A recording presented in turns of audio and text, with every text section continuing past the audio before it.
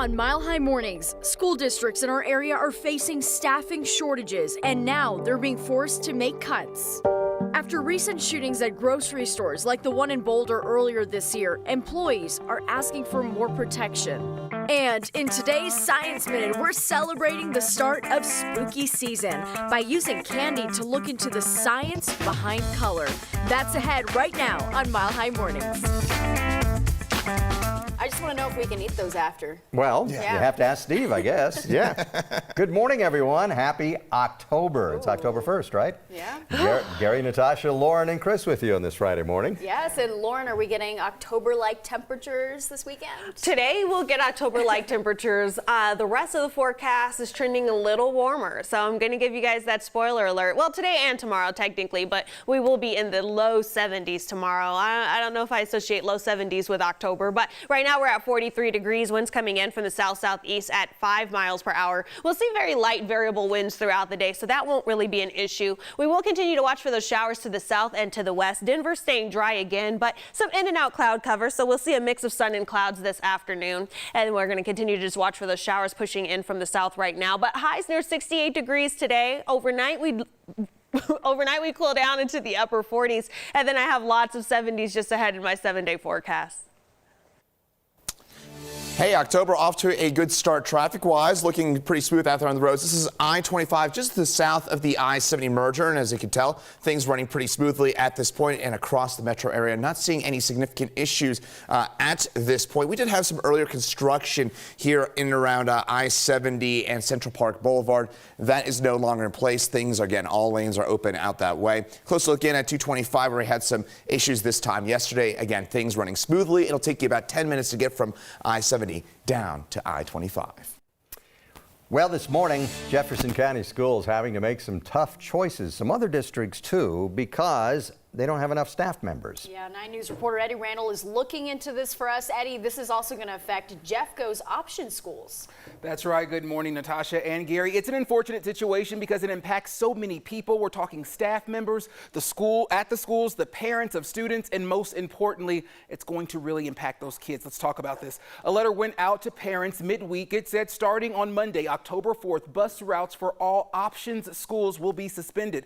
A spokesperson for the district says they understand the frustrations, and they're also frustrated. But this is not just a Jeffco Public Schools problem. Northeast of Jeffco, 27J School District is in a dire situation as well. The district has at least 100 open positions for bus drivers, substitute teachers, and cafeteria workers. Some schools may have to cut busing if positions stay unfilled. Others may have to return to remote learning, and services like breakfast and lunch could be suspended. We're not unique. I just think we're hit a little harder because we're not able to compete with others around that are in the same situation, specific to school districts, that can pay more. Nothing compares. Nothing compares to the situation we're in currently. So the superintendent out there said there is a mill levy and bond up for vote in November that he hopes passes. Now, the measure would increase funding for the school district and allow them to pay competitive wages to try and increase staffing at those schools. Gary, that's a huge issue right now, is that a lot of these school districts aren't able to pay competitive wages. So, right. You know, a lot of people are going to other districts. Yeah, it's just one thing that everybody discovered during the pandemic is, you know, pay is a big deal out there. All right, Eddie, thanks for that. And I've got top 3 things to know about COVID-19 right now. First, the state health department is adding data on booster shots to its online dashboard. So far, more than 124,000 people in Colorado have received an additional or booster dose. That includes people with compromised immune systems and anyone else eligible for boosters under CDC and FDA guidance. Second, CDC data shows people with disabilities were more likely to want a COVID-19 vaccine, but were having a harder time getting it. Researchers talked to 57,000 people from May to June. They found people with a disability like trouble seeing, hearing, or walking were nearly twice as likely to say they would definitely get vaccinated, but vaccination rates were lower for people with the disability than those without one. Researchers pointed to state-run appointment websites without basic accessibility features. They also brought up the lack of ASL interpreters at some vaccine sites. Simply getting to a site could be more difficult as well. And number 3, United Airlines says about half of their workers who were told that they could get fired if they didn't get the COVID-19 vaccine went out and actually got the vaccine. The airline was ready to let go about 600 unvaccinated people. Now only 320 of those workers are refusing to be vaccinated. And the airline says it's such a tiny percentage of their workforce, so losing them shouldn't affect their service. A union representing thousands of grocery store workers in Colorado and Wyoming say it is getting more requests to have armed security guards in every store. 9 News reporter Luis De Leon explains the push following the deadly shootings here and in Tennessee. The local union UFCW 7 acknowledges that some stores at places like King Soopers and Safeway already do have security guards, but this most recent push is for all stores like that to have them. A director for that union tells me that they recently just wrapped up meetings with members this month. They represent thousands across the state and in Wyoming.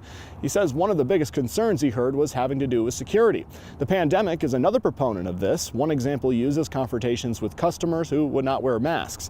He says they've been sending letters to companies like King Soopers and Safeway asking for all stores to have armed security guards. A King Soopers employee of more than 20 years tells me he feels it would really help with safety. You have different kind of people coming in the stores now, you know, and anything sparks up. I feel like if we have an armed guard 24/7 in all the stores, you know, it would definitely deter some of these problems that are going on.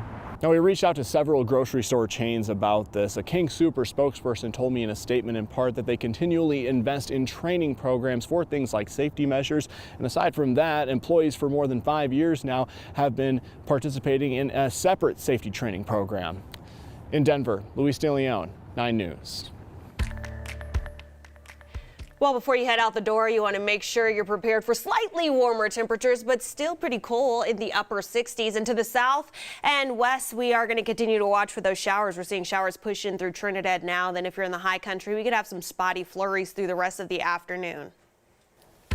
And traffic-wise, one thing to know is I got no things. We're looking A-OK out there on the roadways. Things running smoothly on this Friday morning. Sounds funny, but it's a good thing. Hey, it is a chain reaction at Platte Valley High School. Scotty Gaines surprised somebody named Devin Duarte in the math class with the swag chain.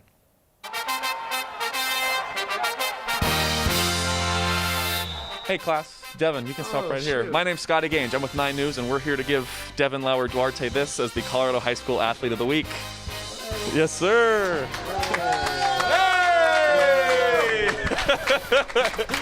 You surprised? What's going through your head right now, Devin? You know, we're not supposed to leave for lunch, but I knew I didn't do anything wrong because I asked. And Miss Moore said we had something going on today, so I was like, I don't know. So you thought you were in trouble? Yeah, I did think I was in trouble. I thought I was like about to not be able to practice tonight, and I was like, wow.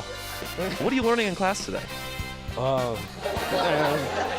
Some trig. Trig. It's not going well, but it's going. Well, congratulations to you. Hey guys, let's give it up for Devin one more time. All right, say go Devin on 3. 1, 2, 3. Oh, Devin.